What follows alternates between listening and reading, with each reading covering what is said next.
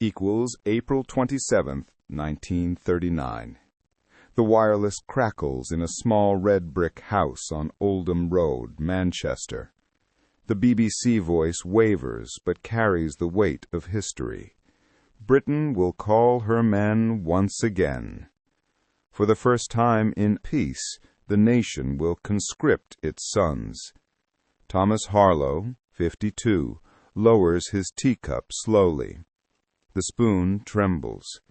He remembers the same words 25 years earlier, different voice, same dread.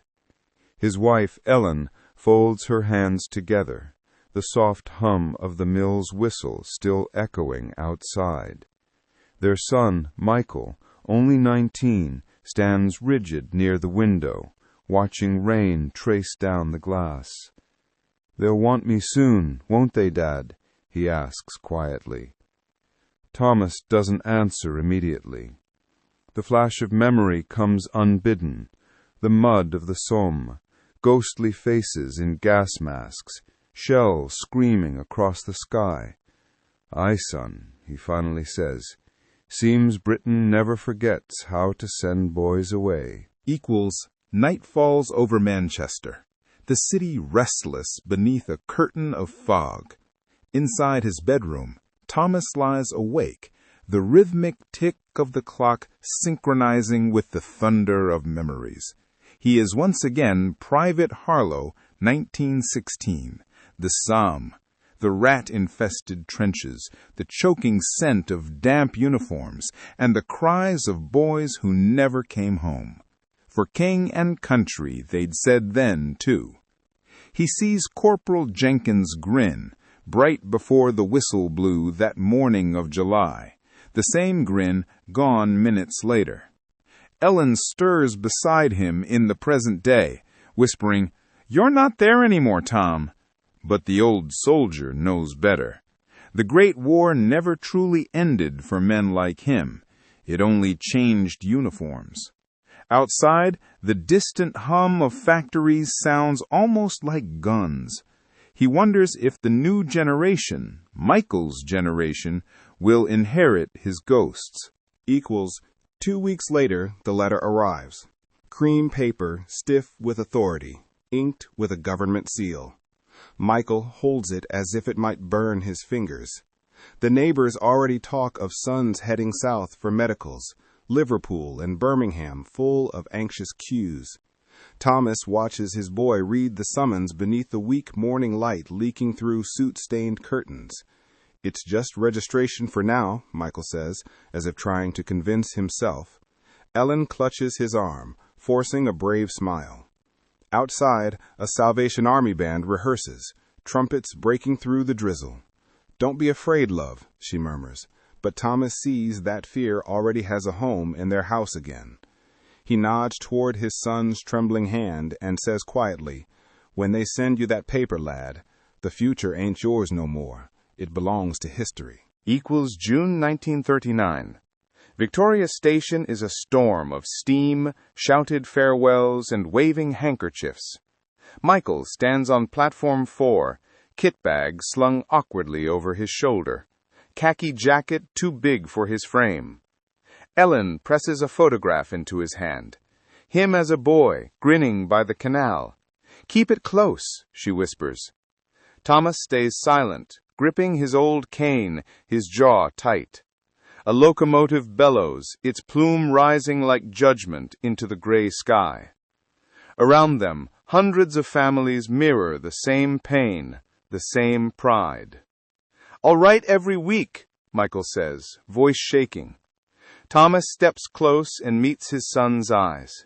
"Do your duty," he says softly, "but keep your soul your own." The whistle screams, drowning all words. As the train pulls away, Manchester's factories fade like the distant dream of peace. Equals. The summer passes with an uneasy quiet. Ellen keeps busy with sewing and church collections, while Thomas spends hours by the canal, listening to the distant rumble of trams. The posters multiply: your courage, your cheerfulness, your resolution, and the wireless mutters about Hitler's demands on Poland. In the evenings, neighbors cluster along the terraces, talking in low voices.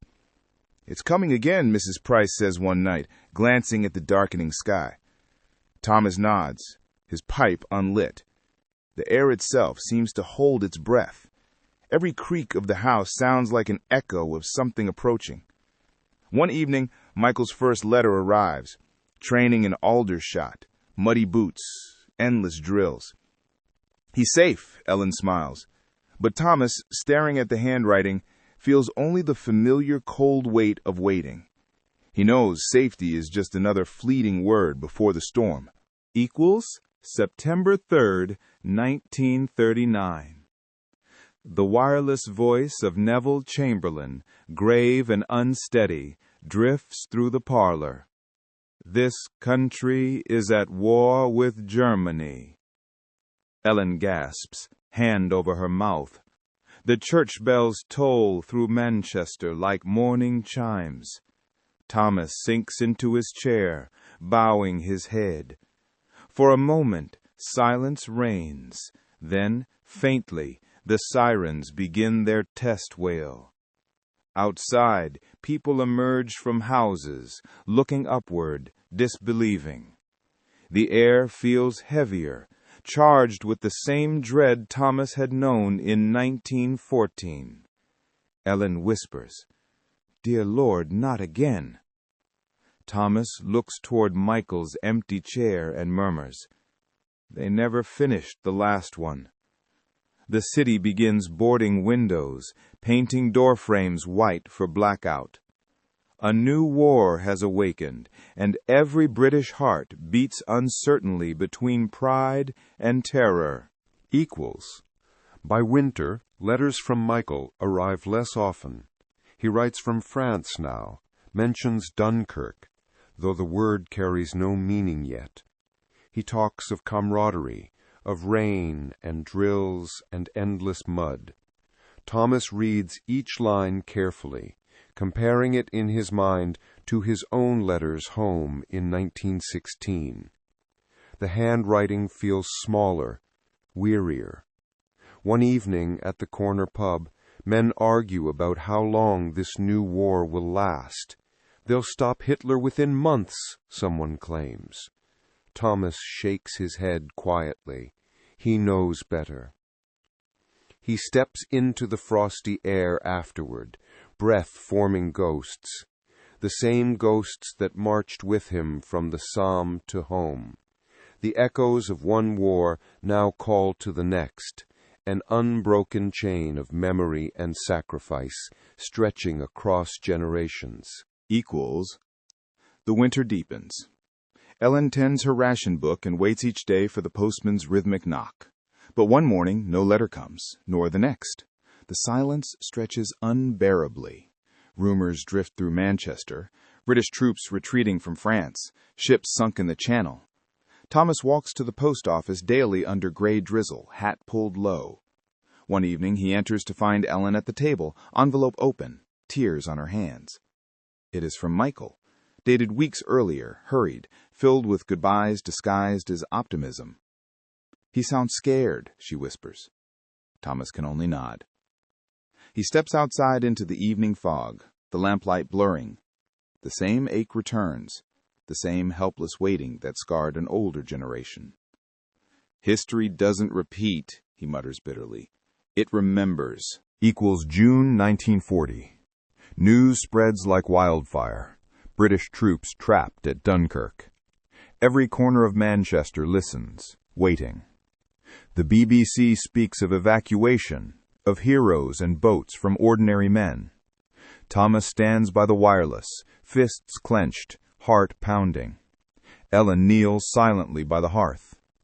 Then a postcard arrives weeks later, one line only. "Alive, coming home, Michael." Relief floods the household, tears mingling with laughter.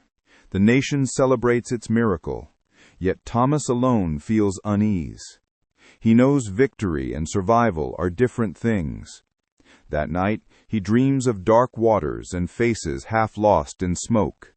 Michael is safe, for now, But Thomas senses that the war's true cost has not yet begun, and peace remains a very distant shore. Equals autumn settles again over Manchester. The war continues, distant but relentless. Michael visits home on brief leave, thinner, quieter, carrying the same haunted look his father once bore. They sit together by the canal, where factory smoke curls like somber prayers. "Did it ever stop feeling like a dream?" Michael asks. Thomas shakes his head. "No, lad, it just becomes part of you." The two men share silence, father and son, bound by a history neither asked for, but both must endure. Air raid sirens wail faintly across the city, a reminder that rest is temporary. Yet, as the lights of Manchester flicker against the darkening sky, Thomas feels something stir, a quiet resolve. If memory is a burden, it is also what keeps them human. The story continues, written now by new hands, but the same enduring courage.